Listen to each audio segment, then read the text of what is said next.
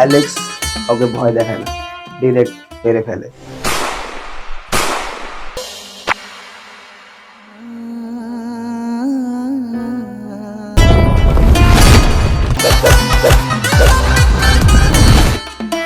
আপনি আমার জন্য এত কিছু কেন করছেন? কে তোকে পারমিশন দিল?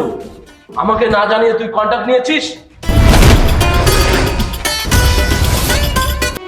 কিন্তু বিশ্বাস করো, আমি তোমাকে অনেক ভালোবাসি। ভাই ভাই